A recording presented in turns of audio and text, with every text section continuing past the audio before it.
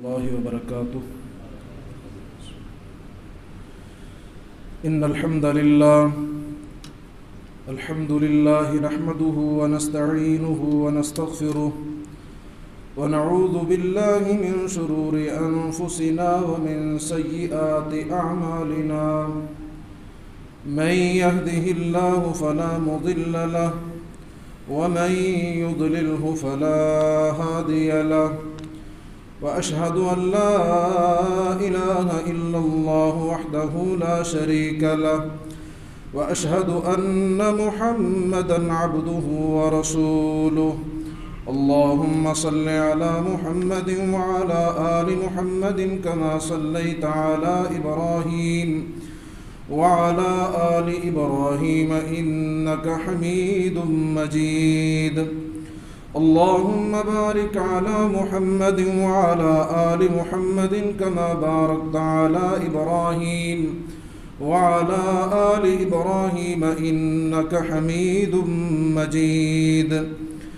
أما بعد فإن خير الحديث كتاب الله وخير الهدي هدي محمد صلى الله عليه وسلم وشر الأمور محدثاتها وكل محدثة بدعة وكل بدعة ضلالة وكل ضلالة في النار. أعوذ بالله السميع العليم من الشيطان الرجيم من همزه ونفخه ونفسه. يا أيها الذين آمنوا اتقوا الله حق تقاته ولا تموتن إلا وأنتم مسلمون. بسم الله الرحمن الرحيم. يا أيها الناس اتقوا ربكم الذي خلقكم من نفس واحدة وخلق منها زوجها وبث منهما رجالا كثيرا ونساء واتقوا الله الذي تساءلون به والأرحام إن الله كان عليكم رقيبا. يا أيها الذين آمنوا اتقوا الله وقولوا قولا سديدا يصلح لكم أعمالكم ويغفر لكم ذنوبكم ومن يطع الله ورسوله فقد فاز فوزا عظيما.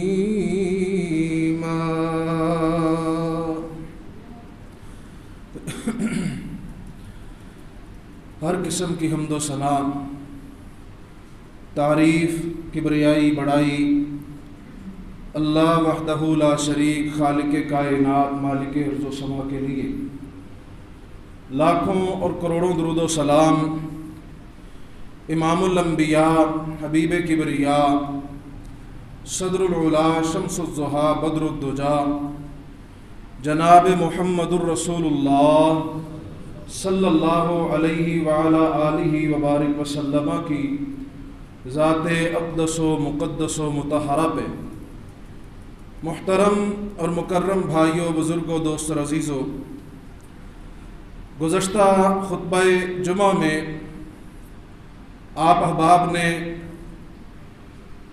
مردود قوم یہود جو ہے ان کی بابت کچھ حقائق جانے اور سمجھے، اور آج کی گفتگو میں ہم انشاءاللہ ابتداً اس قوم کے مزید کچھ دجل اور اس کے بعد ان کے مسیحا مردود دجال کذاب کے حوالے سے کچھ جاننے اور سمجھنے کی کوشش کریں گے۔ اللہ کریم ہم سب کو کتاب و سنت کی روشنی میں حق بات سمجھ کر، سن کر، عمل کرنے کی، اپنانے کی اور بات کو آگے پہنچانے کی توفیق نصیب فرمائے۔ عزیز بھائیوں، لفظ دجال یہ دجل سے مشتق ہے اور اس کا مطلب ہے جھوٹ بولنا، فریب کرنا، دھوکہ دینا، خلط ملط کر دینا، حق بات کو اور باطل کو ملا جلا دینا، یہ اس کے مطالب ہیں جو عربی لغت کی مختلف کتابوں میں آپ کو ملیں گے۔ اور امام ابن اسیر رحمۃ اللہ علیہ نے اس کا جو ترجمہ بیان فرمایا دجال کا، فرمایا ای کذابون مموہون، دجال اس کو کہتے ہیں جو سب سے بڑا جھوٹا ہو اور حقیقت کے خلاف بات کرنے والا ہو۔ اور لسان العرب عربی لغت کی ایک بڑی معروف کتاب ہے، انہوں نے جو اس کا مطلب بیان کیا، فرمایا والدجال هو المسیح الکذاب، دجال وہ ہے جو حد سے زیادہ جھوٹا، کذاب ہے اور مسیح ہے۔ دجال سے مراد مسیح کذاب ہے۔ مسیح اس کو کیوں کہتے ہیں؟ دو وجہ سے دجال کو مسیح کہا جاتا ہے۔ ایک وجہ یہ کہ مسیح کا مطلب ہوتا ہے ہاتھ پھیرنے والا۔ سیدنا عیسیٰ علیہ السلام کو بھی مسیح کہتے تھے کیونکہ وہ ہاتھ پھیرتے تھے، بیمار پہ اللہ شفا دے دیتے تھے، کوڑی پہ ہاتھ پھیرتے اللہ صحت یاب کر دیتے تھے۔ اسی طرح دجال بھی جو ہے، چونکہ اللہ نے اس کو امت کے لیے آزمائش بنانا ہے تو اس کے اندر کچھ خاصیتیں ایسی ہوں گی، یہ ہاتھ پھیرے گا شفا مل جائے گی۔ اور دوسرا مسیح کا مطلب ہوتا ہے بہت زیادہ سیاحت کرنے والا، بہت زیادہ پھرنے والا، چونکہ دجال جو ہے یہ 40 دن کے اندر، حدیث میں آتا ہے 40 دن کے اندر پوری دنیا میں گھوم جائے گا، پھر جائے گا پوری دنیا کے اندر۔ اور ان میں سے آقا نے ان دنوں کی کیفیت بتلاتے ہوئے فرمایا کہ پہلا دن 1 سال کے برابر ہوگا، دوسرا 1 مہینے کے برابر ہوگا، تیسرا جو ہے وہ 1 ہفتے کے برابر ہوگا، اور بقیہ ایام نارمل جس طرح دن ہوتے ہیں اس طرح ہوں گے۔ تو بہرحال چونکہ یہ پوری دنیا گھومے گا، سیاحت کرے گا اپنے فتنے کو پھیلانے کے لیے، تو اس وجہ سے بھی اس کو مسیح کہا جاتا ہے۔ تو مسیح دجال بہت بڑا کذاب، حد سے زیادہ جھوٹ بولنے والا اور واقعے کے خلاف بات کرنے والا، یہ مسیحا ہے ان مردودوں کا جنہیں یہود کہا جاتا ہے۔ یہاں تک آپ نے جو بات سنی اس تمہیدی گفتگو سے ہم اس نتیجے پہ پہنچے ہیں کہ جس طرح ملعون یہود جو ہیں یہ خود کذاب اور مکار اور عیار ہیں، اسی طرح ان کا مسیحا وہ بھی مکار، عیار، کذاب، دجال ہے۔ یہود کا مکر و فریب، اس حوالے سے گزشتہ خطبہ جمعہ میں کافی بات ہوئی، مزید کچھ باتیں میں کرنا چاہوں گا کہ ان کا دجل و فریب، ان کی مکاریاں، ان کی عیاریاں، ان کی خباستیں اور ان کی کریہ جسارتیں، ان کی احسان فراموشی اور ان کی محسن کشی جیسی بد عادات جن سے آپ احباب آگاہ ہیں کہ کیسے مالک نے انہیں فضلتکم علی العالمین کا درجہ دیا، جہانوں پہ فضیلت دی، لیکن وہ اس فضیلت کو ہضم نہ کر سکے۔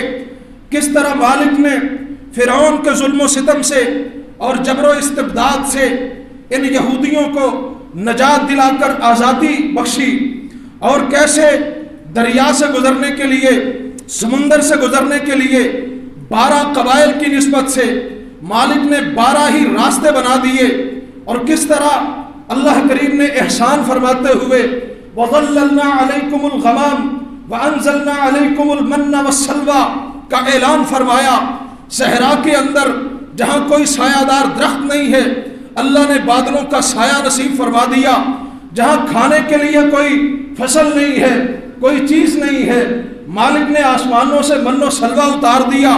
اور کس طرح پانی کی طلب ہوئی تو فَقُلْ نَضْرِبْ بِعَصَاكَ الْحَجَرَ فَانْفَجَرَتْ مِنْهُ اثْنَتَا عَشْرَةَ عَيْنًا، مالک نے کہا پتھر پہ عصا مارو، 12 قبائل کی نسبت سے 12 ہی پانی کے چشمے اللہ نے جاری فرما دیے، اور رہنے کے لیے بستی انہوں نے چاہی تو اللہ نے فرمایا ادخلوا هذه القرية، جاؤ اس بستی کے اندر چلے جاؤ، یہ تمہارے لیے فتح کر دی گئی ہے، یہ تمہارے رہنے کے لیے بنا دی گئی ہے۔ اور رہنمائی کے لیے ہستی کی ضرورت پیش آئی تو کم و بیش 18,000 انبیاء اور رسل اللہ نے اس قوم کے اندر مبعوث فرمائے، کم و بیش 18,000 انبیاء اور رسل، کسی قوم کے اندر اتنے زیادہ انبیاء اور رسل نہیں آئے۔ اللہ نے مبعوث فرمائے، رہنمائی بھی فرمائی، راحت بھی بخشی، آرام بھی دیا، سکون بھی دیا، رزق بھی دیا، آزادی بھی دی۔ مالک نے اتنے احسانات فرمائے، لیکن یہ ایسی احسان فراموش قوم ہے کہ اپنے اس محسن حقیقی کے احسانات کو کیسے انہوں نے روندا، کیسی یہ ناہنجار اور بے حمیت قوم نکلی۔ ان کی نااہلی اور ناشکری کو دیکھیے کہ کس طرح اشتراء الضلالۃ بالہدی، انہوں نے ہدایت کو چھوڑ کے گمراہی کو اختیار کر لیا۔ کیسے تستبدلون الذی هو ادنی بالذی هو خیر، جو خیر تھی، جو بہتر تھی، اس کو چھوڑ کے کمتر کو اپنایا، خیر کو چھوڑ کے شر کو اختیار کیا، شکر کو چھوڑ کے کفر کا راہ اپنایا، اور اشتروا الحیات الدنیا بالآخرہ، آخرت کی ہمیشہ کی نعمتوں کو چھوڑ کر دنیا کے حقیر مفادات کی خاطر اپنے مالک سے ٹکر لے لی۔ اور مالک فرماتے ہیں کہ ایسے یہ نافرمان نکلے، ایسے ناہنجار نکلے، ایسے بے وقوف نکلے، ایسے خبیث نکلے، ایسے مردود نکلے کہ اللہ کے اتنے انعامات کے باوجود کانوا یکفرون بآیات اللہ، اللہ کی آیات کا انکار کرتے رہے، یقتلون النبیین، نبیوں کا قتل عام کرتے رہے، انبیاء کرام کو شہید کرتے رہے، یکتبون الکتاب بایدیہم، اپنے ہاتھوں سے مسئلہ لکھتے اور اس کو اللہ کی طرف منسوب کر دیتے، اور تظاہرون علیہم بالاسم والعدوان، گناہ اور زیادتی کا راستہ اپنانے والے بن گئے۔ تو مالک الملک نے بھی، ذوالجلال والاکرام نے بھی پھر ان ظالموں کو مغضوب علیہم کا سرٹیفکیٹ عطا کر دیا۔ مالک نے بھی انہیں مغضوب علیہم قرار دیا، ضربت علیہم الذلہ والمسکنہ کے سرٹیفکیٹ دیے، اور خزی فی الحیات الدنیا، دنیا کے اندر رسوائی، یوم القیامت یردون الی اشد العذاب، قیامت کے دن شدید ترین عذاب جو ہے وہ ان کا مقدر ٹھہرایا، اور کہیں لعنہم اللہ بکفرہم فرمایا، کہیں ملعونین فرمایا، کہیں اظلم ممن منع مساجد اللہ فرما کر اللہ کی مسجدوں سے روکنے کی پاداش میں ظالم ترین قرار دیا، اور لہم فی الدنیا خزی وَلَهُمْ فِي الْآخِرَةِ عَذَابٌ عَظِيمٌ فرما کر ہمیشہ کے لیے ذلت و رسوائی پہ، ان کی ذلت و رسوائی پہ مہر تصدیق ثبت فرما دی۔ یہ ذلیل قوم ہے، اور یہ وہ بدترین قوم ہے۔ یہ میری گفتگو جو ہے یہ یوں سمجھ لیں کہ گزشتہ خطبے کا کچھ خلاصہ بھی ہے، اور کچھ ان کے حوالے سے جو مزید کچھ باتیں رہتی تھی وہ بھی میں آپ کے گوش گزار کرنا ضروری سمجھتا ہوں۔ یہ وہ بدترین قوم ہے جن کے عقائد باطلہ کا تذکرہ فرماتے ہوئے میرے مالک نے اعلان کیا، وقالت اليہود عزیر ابن اللہ وقالت النصارى المسیح ابن اللہ، کہ یہودیوں نے کہا عزیر اللہ کے بیٹے ہیں، عیسائیوں نے کہا جناب مسیح اللہ کے بیٹے ہیں، عیسیٰ علیہ السلام اللہ کے بیٹے ہیں۔ عقائد باطلہ کا اللہ نے ذکر کیا، کہیں فرمایا سورہ توبہ میں اتخذوا احبارهم ورهبانهم اربابا من دون اللہ، انہوں نے اللہ کو چھوڑ کے اپنے علماء کو اور اپنے درویشوں کو رب بنا لیا، ان کی بات کو اہمیت دی، اللہ کے احکامات کو پس پش ڈال دیا۔ اور کہیں میرے مالک نے فرمایا، خود نبی رؤوف الرحیم صلی اللہ علیہ وسلم نے ان کے بد عقیدے کا تذکرہ کرتے ہوئے ان پہ لعنت فرمائی، فرمایا لعن اللہ الیہود والنصارى اتخذوا قبور انبیائہم مساجدا، کہ یہودیوں اور عیسائیوں پہ اللہ لعنت فرمائے کہ انہوں نے اپنے نبیوں کی قبروں کو سجدہ گاہ بنا لیا تھا۔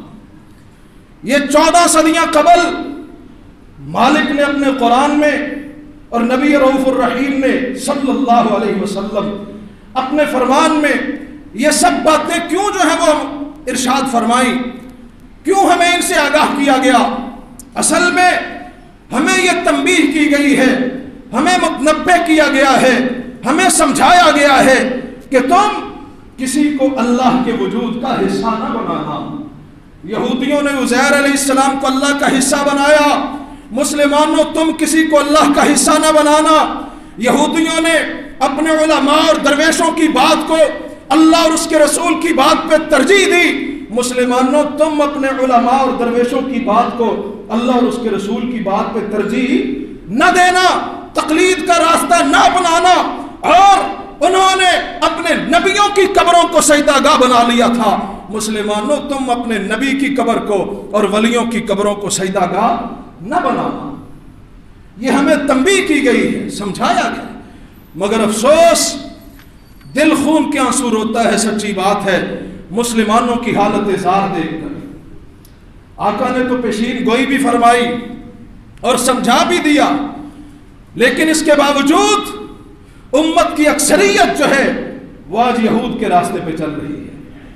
وہ نبیوں کی قبروں پہ سجدہ کرتے تھے، یہاں ولیوں کی قبروں پہ سجدے ہو رہے ہیں، اور صرف ولیوں کی قبروں پہ نہیں، ایسے ایسے لوگوں کی قبروں پہ کہ جن کا ولایت کے ساتھ دور کا تعلق بھی نہیں ہے، اور صرف لوگوں کی قبروں پہ نہیں، میں نے خود اپنی آنکھوں سے دیکھا ہے ایسی ایسی جگہوں پہ کہ جہاں اس ڈھیری کے اندر، اس مزار کے اندر کوئی انسان بھی نہیں ہے، کہیں اس کے جوتے دفن ہیں، کہیں اس کے کپڑے دفن ہیں، کہیں اس کا جبہ دفن ہے، کہیں اس کی دستار دفن ہے، کہیں اس کا گدا دفن ہے، اور کہتے ہیں یہ کھوتے شاہ ہے کیونکہ اس پہ ہمارے شاہ صاحب سواری کیا کرتے تھے، یہ جوتی شاہ ہے کیونکہ یہ جوتا وہ پہنا کرتے تھے، یہ جبے شاہ ہے کیونکہ یہ جبہ وہ پہنا کرتے تھے۔ استغفر اللہ معاذ اللہ، اس قوم کی مت ایسی ماری گئی، یہود کے دجل و فریب میں ایسے آئے، جب اللہ کی توحید کو چھوڑا، جب اللہ کی وحدانیت سے منہ موڑا، در در پہ سر جھکانا ان کا مقدر بن گیا ہے۔ یہی وجہ ہے کہ آج ان کے دلوں سے روب و دبدبہ نکل چکا ہے۔ جب تک یہ امت عقیدہ توحید پہ مستقم تھی، اس وقت تک اس کا روب ایسا تھا کہ وہ اپنے تختوں پہ بیٹھے کانپا کرتے تھے، اور جب سے اس امت نے ان کے عقائد کو اپنا وتیرہ بنا لیا، عقیدہ توحید کو چھوڑ کے شرک کو حرز جا بنا لیا، اللہ نے ان کے روب کو، ان کے دبدبے کو دشمنوں کے دلوں سے نکال دیا، اور ان پہ دشمن کا روب مسلط کر دیا ہے۔ یہ ڈر، یہ خوف، یہ کیوں ہے؟ یہ اسی وجہ سے ہے کہ ہم عقیدہ توحید پہ پختہ نہیں رہے، عقیدہ توحید پہ پختہ نہیں ہے۔ اللہ ہمیں توفیق نصیب فرمائے پکے ہونے کی۔ یہاں تو میں نے بڑے بڑے دیکھے ہیں، یہ دجال کا ایک دفعہ ذکر کر رہے تھے، دجال کا تذکرہ ہو رہا تھا، تو میں نے کہا کہ دجال جو ہے اس کے تو یہاں پیشانی پہ لکھا ہوگا کافر، بلکہ آقا نے تو سپیلنگ بھی بتلائے ہیں، ہجے، فرمایا کاف فا را، اس کی پیشانی پہ لکھا ہوگا اور وہ مٹا بھی نہیں سکے گا۔ تو کہنے والوں نے کہا کچھ دوستوں نے کہ حضرت جب اتنا کچھ واضح ہوگا تو کون اس کو مانے گا، کون اس کے پیچھے چلے گا؟ میں نے کہا دیکھتے نہیں ہو، یہاں تو بڑے بڑے پڑھے لکھے جو ہیں وہ گمراہ ہو جاتے ہیں۔ کوکب نورانی جیسے جو ٹی وی چینلوں پر بیٹھ کے فتوے دیتے ہیں، میں اس کی تقریر سن رہا تھا ایک دن، وہ کہنے لگا پیر عبد القادر جیلانی رحمت اللہ علیہ کی جناب والا شان بیان ہو رہی ہے، کہتا ہے کہ ایک دفعہ پیر صاحب بیٹھے ہوئے ہیں اور ایک لڑکا جو ان کا مرید تھا وہ بھی بیٹھا ہوا ہے، لڑکے کی والدہ آئی، دیکھا تو پیر صاحب خود جو ہے وہ مرغا نوش کر رہے ہیں اور بیٹا جو ہے وہ دال کھا رہا ہے۔ اس عورت نے پیر صاحب سے کہا پیر صاحب یہ کیسی زیادتی ہے، میرا بیٹا جو ہے آپ کا مرید ہے وہ دال کھائے اور آپ پیر ہو کے مرغا کھائیں، یہ کیسی زیادتی ہے۔ کوکب نورانی ایک نام ہے بریلویوں کے اندر، میں کسی جماعت پہ تنقید نہیں کر رہا، میں کسی کے بڑے پہ تنقید نہیں کر رہا، میں تو وہ جہالت بیان کر رہا ہوں جو اس امت کے اندر ایسی جو ہے وہ رچ بس چکی ہے کہ لوگ ایسی بات سن کے بھی سبحان اللہ کہتے نہیں شرماتے۔ استغفر اللہ معاذ اللہ۔ کہتا ہے پیر صاحب نے ساری ہڈیاں کٹھی کی جو کھائی تھی اور ان کو پھر کہا قم بِإِذْنِي استغفر اللہ معاذ اللہ۔ لعنت ہو ایسے عقیدے پہ۔ یہاں تو قرآن سیدنا عیسیٰ علیہ السلام جو حقیقی مسیح موعود ہیں، جن کا تذکرہ قرآن کے اندر ہے، جن کے معجزات کا ذکر قرآن میں موجود ہے، وہ بھی جب کسی پرندے کو زندہ کیا کرتے تھے تو قم بِإِذْنِ اللہ کہا کرتے تھے۔ یہ کہتے ہیں غوث العظم نے کہا استغفر اللہ معاذ اللہ، ہمارا غوث العظم تو عرش پہ بیٹھا ہے، یہ نام نہاد استغفر اللہ معاذ اللہ۔ انہوں نے کہا قم بِإِذْنِي، میرے حکم کے ساتھ زندہ ہو جا۔ وہ مرغا زندہ سلامت حضرت کے سامنے آ گیا۔ فرمانے لگے جب تیرا بیٹا اس مقام پہ پہنچے گا پھر مرغا کھائے گا. اور لوگ کہتے ہیں سبحان اللہ استغفر اللہ معاذ اللہ. اور جب اس قوم کی حالت اتنی بگڑ جائے، جب عقیدہ توحید سے اتنے دور چلے جائیں، جب اللہ کی توحید کی دھچیاں بکیر کے رکھتے ہیں یہ کلمہ پڑھنے والے، یہ لا الہ الا اللہ کے دعوے دار، جب اس طرح کے حالات ہوں گے رب کی مدد کہاں سے آئے؟ کہاں سے ابابیل آئیں گے؟ کہاں سے فرشتے اتریں گے؟ کہاں سے نار گلزار بنے گی؟ پھر ڈر کے دبک کے بیٹھیں گے نہیں تو کیا ہوگا؟ ہم یہاں تقریروں کا سارا کچھ سمجھتے ہیں، ہم یہاں جناب وہ ادھر ہماری ماں بہنوں بیٹیوں کو بے آبرو کر رہے ہیں، اور ہم یہاں کریڈٹ لینے کے چکر میں او جی میں نے تقریر کی تو ایسا ہو گیا، میں نے یہ کیا تو ایسا ہو گیا، کشمیر پہ اقوام متحدہ میں تقریر ہوئی، کشمیر کا سودا ہو گیا، آج فلسطین پہ تقریر ہوئی ہے، پتہ نہیں کیا بنے گا. جنگ بندی کو ہم سمجھتے ہیں کہ بڑا مار کا مار لیا. کیسی جنگ بندی ہے؟ کاہے کی جنگ بندی ہے؟ یہ تو ان خبیثوں کی خباثت ہے کہ وہ اپنا کام کر کے پھر جنگ بندی کا معاملہ کروا لیتے ہیں، پھر جب دل چاہتا ہے پھر رونٹ ڈالتے ہیں. یہ تو ان کی خباثت ہے. تم برائلر چوزوں کی طرح جو ہے یہاں خوش ہوئے پھرتے ہو، تم ایوانوں میں بیٹھے بغلے بجا رہے ہو کہ ہم نے جو ہے وہ جنگ بندی کروا دی ہے. کل کلا پھر تمہاری گردن کو پکڑیں گے، پھر جنگ بندی کرواؤ گے. خدا کی قسم ہے مرکزی جمعیت اہل حدیث یوتھ فورس کل بھی اس کا یہی اعلان تھا، آج بھی یہی اعلان ہے کہ کشمیر بھی نہ قراردادوں سے آزاد ہوگا، نہ مذمتی بیانوں سے آزاد ہوگا، نہ اقوام متحدہ کی تقریروں سے آزاد ہوگا، اور فلسطین بھی، بیت المقدس بھی، مسجد اقصی بھی نہ قراردادوں سے، نہ اقوام متحدہ کی تقریروں سے اور نہ بل پاس کروانے سے آزاد ہوگا. فلسطین بھی آزاد ہوگا تو جہاد سے ہوگا، کشمیر بھی آزاد ہوگا تو قتال سے ہوگا. نکلو تو صحیح. لیکن وہ جہاد اور قتال وہ ہو جو نبوی اصولوں پہ مبنی ہو، حکومتی سطح پہ ہو، ریاستی سطح پہ ہو. اٹھو اپنے حکمرانوں کو ہلا شیری دو. پنجابی میں کہتے ہیں نا ہلا شیری دو، انہیں دلیری دو، انہیں سمجھاؤ. اور جس قوم سے تمہارا پالا پڑا ہے ڈرپوک ہیں، تم ان کے سامنے ڈٹو تو صحیح، وہ ہٹ جائیں گے انشاءاللہ. لیکن ہم کھڑے تو ہوں نا. اللہ ہماری قوم کو ہدایت دے، اللہ ہمارے عقائد کو پختہ کرے، مالک ہمیں عقیدہ توحید کو اپنانے کی توفیق دے دے. اللہ ہم سب کو اس راستے پہ چلنے کی توفیق دے دے جس راستے پہ چلنے کے لیے امام الانبیاء نے قربانیاں دی، جس راستے پہ چلنے کے لیے نبی کے صحابہ نے قربانیاں دی تھی. تو خیر میں عرض کر رہا ہوں کہ یہ قوم یہود، اللہ نے ان پہ احسانات کیے اور انہوں نے احسان فراموشی کی انتہا کر دی.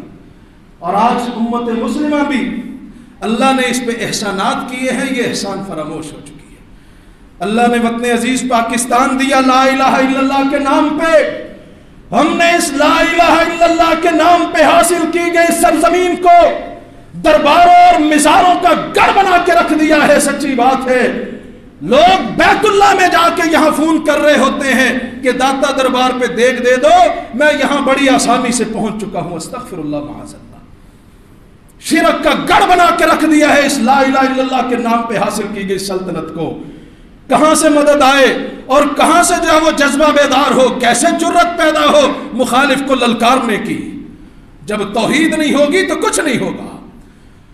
اور یہ تو وہ ہیں، یہ یہودی، یہ ساری ایسی کرتوتیں کر کے، نبیوں کی قبروں کو سجدہ گاہ بنا کے، شرک کے عقائد کو اپنا کے، اللہ کی ناشکری کر کے، مالک کی نافرمانیاں کر کے، پھر بھی ایسے ہٹ درم کہا کرتے تھے، بلند و بانگ دعوے کیا کرتے، کہتے نحن ابناء اللہ و احباہ استغفر اللہ معاذ. کہتے ہم اللہ کے بڑے محبوب ہیں، ہم اللہ کے بیٹے ہیں. استغفر اللہ. اور پھر کہتے لن تمسنا النار الا ایاما معدودا، ہمیں آگ نہیں چھوئے گی مگر چند دن جائیں گے آگ میں اگر گئے بھی تو، ورنہ آگ میں تو ہم نے جانا ہی نہیں. اور پھر کہتے لن يدخل الجنہ الا من کان یہودا او نصارا، جنت میں تو صرف وہی جائے گا جو یہودی ہوگا یا عیسائی ہوگا. اور پھر کہتے کونو ہودن او نصارا تہتدو، اگر ہدایت پانا چاہتے ہو تو یہودی بن جاؤ یا عیسائی بن جاؤ۔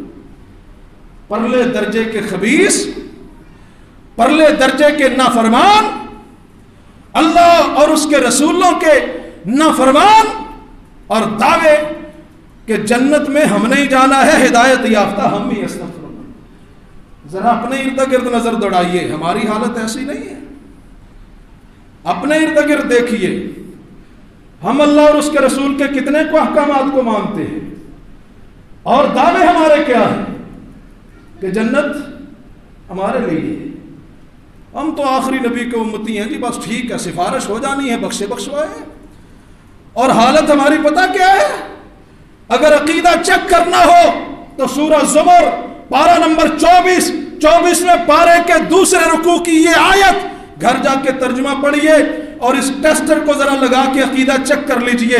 میرے مالک نے فرمایا اذا ذکر اللہ وحدہ اشمئزت قلوب الذین لا یؤمنون بالآخرہ واذا ذکر الذین من دونہ اذا هم یستبشرون، کہ یہ لوگ تو ایسے ہیں کہ جب ان کے سامنے اللہ کے علاوہ اوروں کی قدرتوں کا ذکر کیا جاتا ہے بڑے خوش ہوتے ہیں۔ کیا بات ہے، بلے بلے جی، بڑی کرامت ہے، کیا بات ہے، حضرت نے یہ کر دیا، فلاں نے وہ کر دیا۔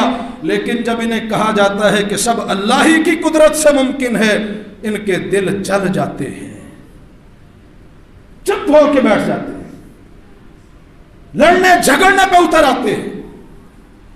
ٹیسٹر لگا کے چیک کر لیجئے، اپنے ارد گرد اپنے ماحول کو دیکھ لیجئے، اپنے پیارے پیارے دوستوں کو، اپنی محبت والے دوستوں کو، جن کے ساتھ ہماری اٹھک بیٹھک ہے، جن کے ساتھ ہمارا چلنا پھرنا، کسی وقت بیٹھ کے تھوڑا ٹیسٹر لگائیے۔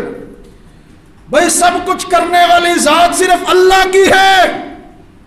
پہلا سوال یہی آئے گا، پھر بلقیس کا تخت سلیمان کے پاس کیسے آ گیا؟ استغفر اللہ معاذ اللہ۔ بھائی اللہ کی قدرت سے آیا اور کیسے آ گیا؟ کہتے ہیں نہیں دیکھو ولیوں کی کرامت ہے، اور ولی کی کرامت میں، نبی کے معجزے میں طاقت اور قدرت اگر ہوتی ہے تو صرف میرے رب کی ہوتی ہے، اللہ کی ہوتی ہے۔ نہ نبی اپنی مرضی سے معجزہ دکھا سکتے ہیں، نہ ولی اپنی مرضی سے کرامت دکھا سکتے ہیں۔ اور یہ جملہ گستاخانہ جملہ نہیں ہے، یہ حقیقت پہ مبنی کتاب و سنت کے عین مطابق جملہ ہے۔ دجال بھی اگر دجل و فریب کرے گا، جسے شریعت کی زبان میں استدراج کہتے ہیں، اہل لغت نے استدراج کہا ہے، معجزہ ہوتا ہے جو اللہ کے نبی سے کوئی ایسا کام صادر ہو جو عقل میں نہ آئے، جیسے چاند کا 2 ٹکڑے ہو جانا، معراج پہ چلے جانا، انگلیوں سے پانی کا جاری ہو جانا۔ نبی کے ہاتھ سے جب ایسا کام ہو اس کو کہتے ہیں معجزہ۔ اس میں بھی طاقت اور قدرت کس کی ہوتی ہے جی؟ کس کی؟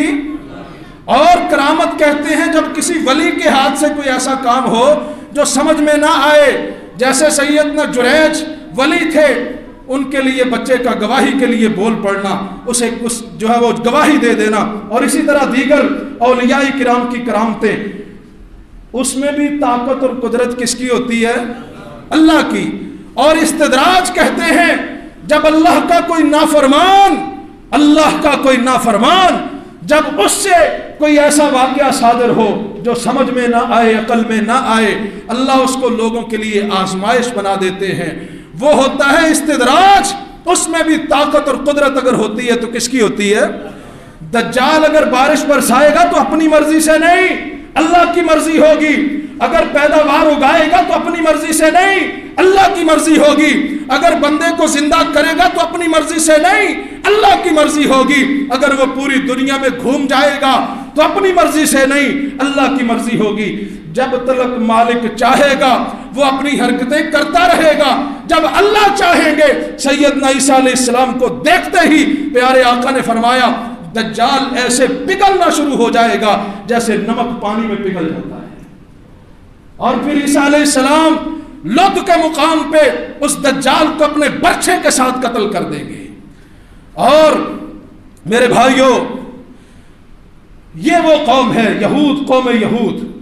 جب یہ باتیں انہوں نے کی تو مالک نے فرمایا ذالک قولہم بافواہہم، انہوں نے کہا ہم اللہ کے بیٹے ہیں، ہم جنتی ہیں، ہم ہدایت یافتہ ہیں۔ مالک نے فرمایا ذالک قولہم بافواہہم، یہ تو ان کے منہوں کی باتیں ہیں. پھر فرمایا تلک امانیہم، یہ تو ان کی خواہشات ہیں، بس دل کی تمنائیں ہیں. ہاتو برہانکم ان کنتم صادقین، اور اگر سچے ہو تو دلیل لے کے آؤ. سچائی کی بنیاد دلیل پہ ہوتی ہے، اگر دلیل نہ ہو تو سچائی ہو سکتی. یہ میرے مالک کا بھی اصول ہے کہ جب کسی سے کوئی بات ہو، کوئی آپ کے سامنے کوئی بات آئے، دلیل پوچھو. ہاتو برہانکم ان کنتم صادقین، اگر تم سچے ہو تو دلیل لے کے آؤ. اور اللہ فرماتے ہیں میرے حبیب صلی اللہ علیہ وسلم، یہ ایسی بدقماش قوم ہے، یعرفونہ کما یعرفون ابناءہم، یہ آپ کو ایسے پہچانتے ہیں جیسے بندہ اپنی اولاد کو پہچانتا ہے، لیکن اس قدر بدماش ہے، مانتے نہیں ہیں، یہ راضی نہیں ہوں گے. سیدہ صفیہ رضی اللہ تعالی عنہ ام المؤمنین ہے، یہودی سردار کی بیٹی ہے، آقا کائنات علیہ الصلوۃ والسلام کے ساتھ نکاح ہوا، ام المؤمنین بنی. اللہ اکبر کبیرہ، سبحان اللہ. فرماتی ہیں کہ جب نبی رحمت علیہ السلام مدینہ منورہ میں تشریف لائے نا، تو اپنے باپ اور چچا کا مکالمہ بیان کیا. وقت نہیں ہے، میں اختصار کے ساتھ عرض کر دوں. مکالمہ بیان کیا جس کا خلاصہ لب لباب یہ ہے. ایک نے کہا اللہ کی قسم یہ وہی ہے جس کی نشانیاں ہم نے اپنی تورات میں پڑھی ہوئی ہیں، انجیل میں پڑھی ہوئی ہیں. دوسرے نے کہا پھر کیا ارادہ ہے؟ کہنے لگا اللہ کی قسم زندگی بھر مخالفت کریں گے. استغفر اللہ، جان بوجھ کے بھی. یعرفونہ کما یعرفون ابناءہم، اللہ فرماتے ہیں آپ کو ایسے پہچانتے ہیں جیسے اپنی اولاد کو پہچانتے ہیں، لیکن مانیں گے نہیں، ضد کی وجہ سے، تعصب کی وجہ سے، ہٹ دھرمی کی وجہ سے. وَلَن تَرْضَىٰ عَنْكَ الْيَهُودُ وَلَا النَّصَارَىٰ حَتَّىٰ تَتَّبِعَ مِلَّتَهُمْ. اے میرے حبیب صلی اللہ علیہ وسلم، یہ یہودی اور عیسائی آپ سے کبھی راضی نہیں ہو سکتے جب تک آپ ان کی ملت کی، ان کے دین کی پیروی نہیں کریں. ان کے دین کی پیروی کریں گے تو یہ آپ کی بات مانیں گے. لیکن آگے میرے مالک نے خود ہی فرمایا وَلَئِنِ اتَّبَعْتَ أَهْوَاءَهُمْ بَعْدَ الَّذِي جَاءَكَ مِنَ الْعِلْمِ مَا لَكَ مِنَ اللَّهِ مِنْ وَلِيٍّ وَلَا نَصِيرٍ. اے میرے حبیب صلی اللہ علیہ وسلم، آپ امام الانبیاء ہیں، آپ حبیب کبریاء ہیں، آپ شمس الضحیٰ ہیں، آپ بدر الدجا ہیں، آپ جناب والا اللہ کے حبیب ہیں، آپ سارے جہانوں کے سردار ہیں. لیکن اگر آپ نے بھی ان یہودیوں کی پیروی کی، نہ آپ کا کوئی دوست ہوگا، نہ کوئی مددگار ہوگا. یہود و نصارہ کی پیروی کرنے پہ مالک نے یہ اعلان کر دیا میرے محبوب صلی اللہ علیہ وسلم آپ کی بھی مدد ہو سکتی. آج ہم یہودیوں اور عیسائیوں کے پیچھے چل کے اللہ کی مدد کی توقع رکھتے ہیں. اگر اللہ کی مدد چاہتے ہیں تو میرے بھائیوں یہودیوں سے پیچھے ہٹنا پڑے گا. وضع میں تم ہو نصارہ، تمدن میں ہنود. یہ وہ مسلم ہیں جنہیں دیکھ کے شرمائے یہود. یہودی بھی ہمیں دیکھ کے شرماتے ہوں گے، گھر میں بیٹھے وہ کہہ لگاتے ہوں گے کیسے مسلمان ہیں، کیسا بے وقوف بنائے، جیسی ہماری حرکتیں ہو چکی. دین سے اس قدر دور اور خود کو لبرل ثابت کرنے کے لیے، آزاد خیال ثابت کرنے کے لیے، مذہب سے دور، مذہب سے بیگانہ، مذہب کی تعلیم کو کوئی اہمیت نہیں. اور جناب جدید تعلیم کے حامل جو ہیں ان کو بڑی قدر و منزلت کی نگاہ سے دیکھتے ہیں. اور جاؤ جن یہودیوں کے لیے، جن عیسائیوں کے لیے تم اپنے آپ کو بڑا لبرل ثابت کرتے پھرتے ہو، وہ سب سے زیادہ اللہ کی قسم اس دنیا کے اندر سب سے زیادہ، اگر کوئی قوم بنیاد پرست ہے، اگر کوئی قوم دقیانوس ہے، اگر کوئی قوم مذہب کے حوالے سے شدت پسند ہے تو اللہ کی قسم وہ یہودی ہیں. یہودی ہیں. اپنے بچوں کو سب سے پہلے مذہب سکھاتے ہیں، پھر کچھ اور سکھاتے ہیں. اور ہم مذہب کی تعلیم کو ثانوی حیثیت دیتے ہیں، جدید تعلیم کو آگے رکھتے ہیں. یہی وجہ ہے کہ ہمارے بچے بڑے بڑے ہو کے بھی مذہب کو جانتے ہی نہیں ہیں. اور اللہ کریم نے اہل ایمان کو بھی خطاب کیا، لا تتخذوا اليهود والنصارى اولیاء، یہودیوں اور عیسائیوں کو دوست نہ بنانا. ومن يتولهم منكم فانه منهم، جو کہ انہیں دوست بنائے گا انہی میں سے ہوگا. لَتَجِدَنَّ أَشَدَّ النَّاسِ عَدَاوَةً لِلَّذِينَ آمَنُوا الْيَهُودُ، اہل ایمان کے سب سے بڑے دشمن اگر کوئی ہو سکتے ہیں تو وہ یہودی ہیں. سب سے بڑے دشمن یہودی ہیں. مسلمانوں تمہارے بھی دشمن، تمہارے نبی کے بھی دشمن، تمہارے دین کے بھی دشمن، تمہارے دین کی وحی لے کے آنے والے فرشتے جبریل کے بھی دشمن، تمہارے دین کی دعوت کو عام کرنے والے جناب صادق و امین امام الانبیاء کے بھی دشمن. اور تمہارے دین کو نازل کرنے والے تمہارے رب کے بھی دشمن ہیں، ان کی بات مانو گے؟ ان کے پیچھے چل کے فخر محسوس کرتے ہو؟ ان کی نقلیں کر کے خود کو عقل مند سمجھتے ہو؟ ان کے پیچھے چلتے ہو جو خود بھی کذاب ہیں، جو خود بھی مکار ہیں، جو خود بھی بدکماش ہیں، اور جن کا مسیحا بھی پرلے درجے کا مردود کذاب دجال ہے؟ ان کے پیچھے چلتے ہو؟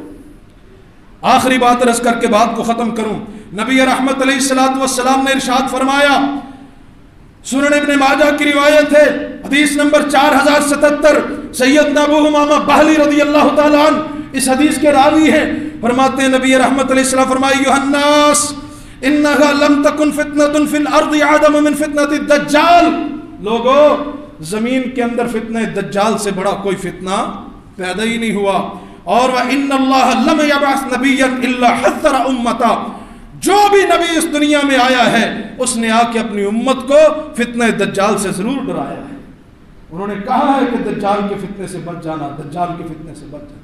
بلکہ اسی حدیث کے اگلے الفاظ ہیں کہ وہ تو اپنے نبی کو، وہ تو اپنی امتوں کو کہتے گئے، اے میری امت کے لوگوں میں تمہیں ایک ایسی بات بتاتا ہوں جو انہوں نے نہیں بتائی، کہ دجال اعور، ایک آنکھ سے کانا ہوگا اور تمہارا رب کانا نہیں ہے، یہ حدیث کے الفاظ ہیں۔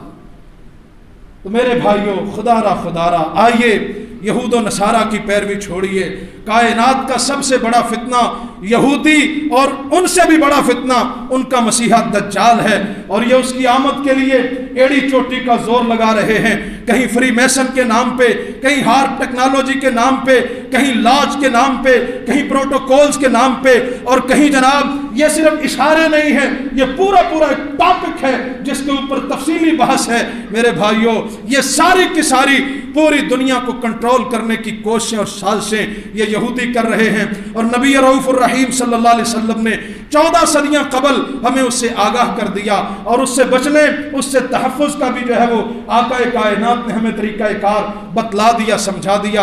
اگلے جمعے انشاءاللہ یہیں سے بات شروع کریں گے کہ دجال جو ہے وہ کون ہے، کیا ہے، اور اس سے بچنے کا طریقہ کیا ہے، اس کا فتنہ کیا ہے، مزید اس کے بارے میں جو تفاصیل ہیں انشاءاللہ اگلے جمعے ذکر ہوں گی۔ تمام احباب وقت پہ تشریف لائے، آخر دعوانا